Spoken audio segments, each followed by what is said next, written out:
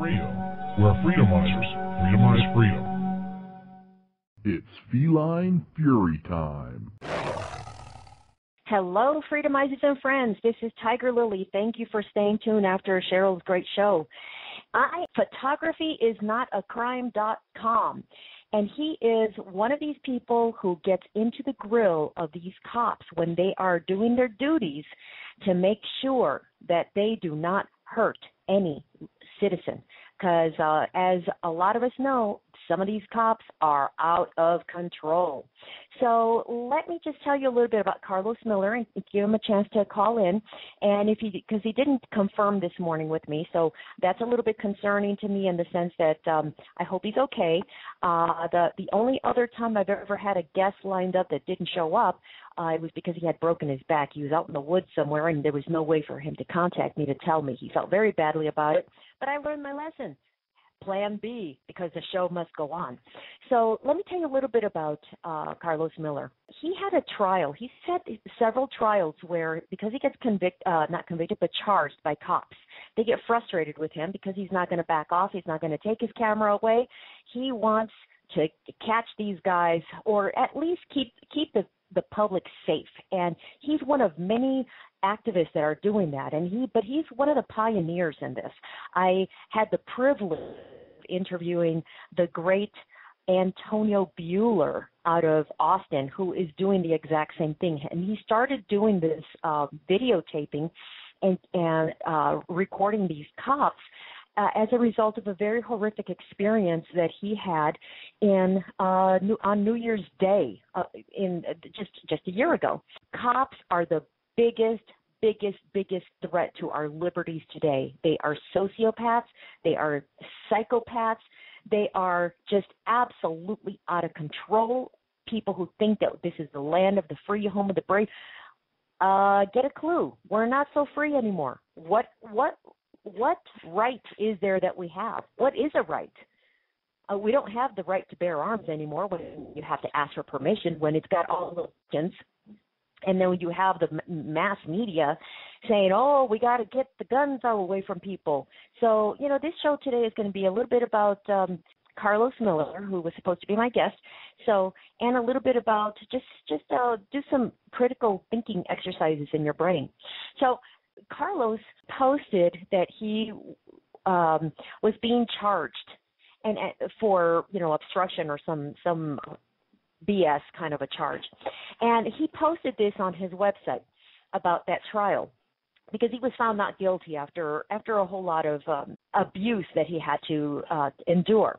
So he said, this was a few days ago, he says, besides the most telling part of my trial yesterday, besides the continuous lies under oath by Miami-Dade Police Major Nancy Perez, was when a frattish-looking prosecutor fresh out of law school named Ari Pregen, Pregen, tried to explain to jurors how a quote-unquote real journalist was supposed to act. A real journalist, he explained, was supposed to follow police orders without a second thought. A real journalist would never backtalk to police. A real journalist would never question a direct police order as to why he was not allowed to stand on a public sidewalk. Oh, my gosh. This is what these people think. They think that they are above the law, that they can give out commands, dish out commands, whether or not these commands are even lawful or constitutional. None of that matters to them because they know that they can force us, we the taxpayers who are supporting their livelihood, they can force us to do whatever the hell they want us to do whenever they want and think that they're going to get away with it because they have an almost infinite source of resources at their fingertips to defeat anybody who dares question these gods in costumes. So he goes on in his article, and I encourage you to go to his website. It's called photographyisnotacrime.com, and it's he's got a whole post on this, on how from start to finish, his whole trial. So he said that when that prosecutor said that, he says, quote, "That left the door open for one of my attorneys, Santiago Lavandera, to remind jurors that a real journalist was supposed to do the complete opposite." On January 31st, 2012, justice was obstructed, but not by Carlos Miller. The only justice that was obstructed was by the government and by Nancy Perez, a police officer. She not only obstructed justice, she violated Mr. Miller's First Amendment constitutional rights: freedom of speech and freedom of the press. Carlos Miller is a photojournalist. He's a freelancer. He's worked for Time Magazine. His blog has been owned by Barnes & Noble. He worked for Miami Beach 411. He takes different jobs. And he had been working for Miami Beach 411 documenting the protests on January 31st, 2012. And on January 31st, 2012, they were evicting the protesters. The Miami Beach Police Department, the Miami-Dade Police Department, together with some other agencies, were evicting everybody from the government center. Everybody was camped out, protesting. There will not be one piece of evidence to show that Mr. Miller was in a tent, protesting, in any way affiliated with the protesters that night. He was there as a journalist, filming and documenting the events. Now, what happened that night? You're going to hear that on January 31st, the police over the bullhorn told everybody to get out of the government center. And slowly people started leaving the government center and down the street. And the police, and they're right here, were kind of following everybody and marching behind them, making sure that everybody cleared. 3 blocks down the road, on the other, somewhere down on the other part of the this area, Mr. Miller was arrested, not at the government center. No one told Mr. Miller directly, "You have to leave."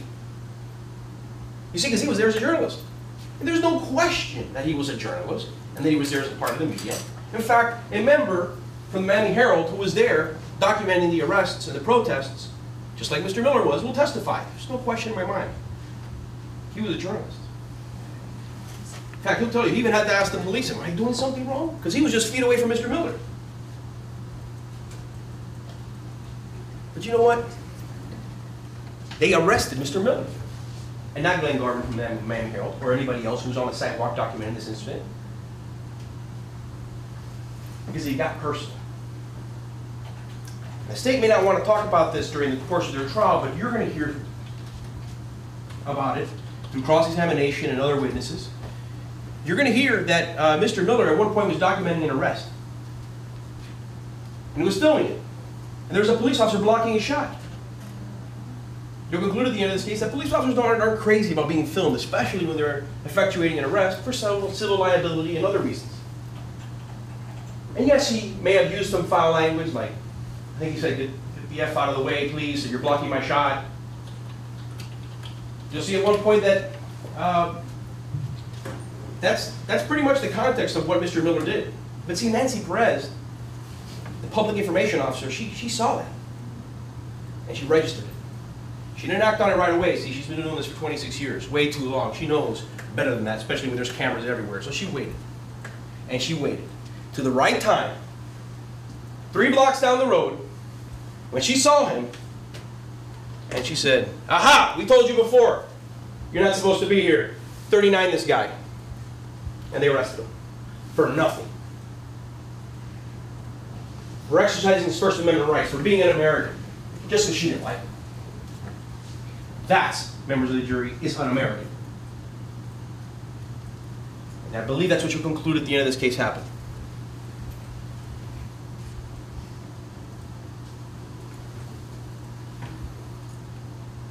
You'll hear, another way we're going to show that is that there was an email sent to Nancy Perez that morning about Carlos Miller.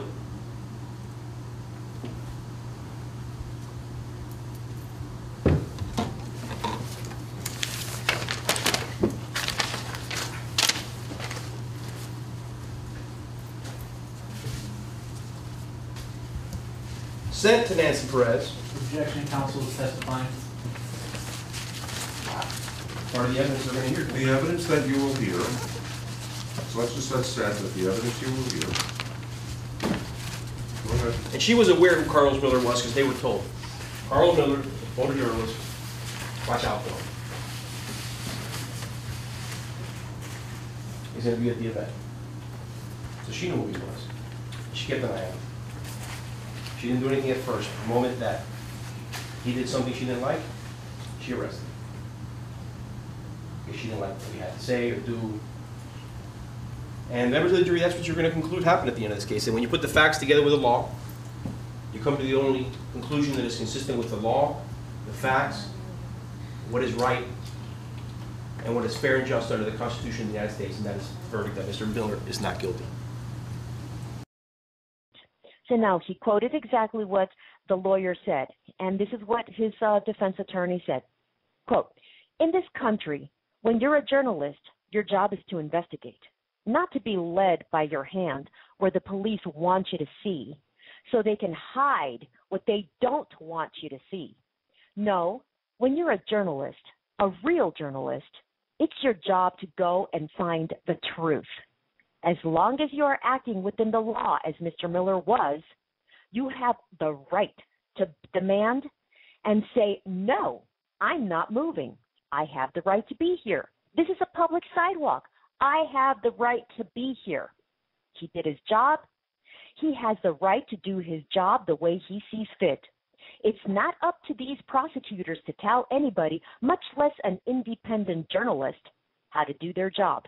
It's not up to the police officers. It's not up to a judge or the president. In this country, journalists do their job the way they see fit. What he's describing is Cuba. What he's describing is a communist country. The government says, you can't be here because I say you can't be here.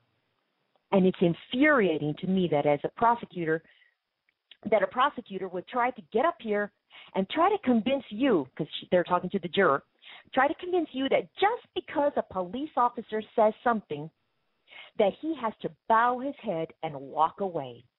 That is a disgrace to the Constitution of this country. Bravo! Oh, boy. I couldn't have said it better myself. And let me tell you, I certainly did try. Freedomizer Radio, where freedomizers freedomize freedom.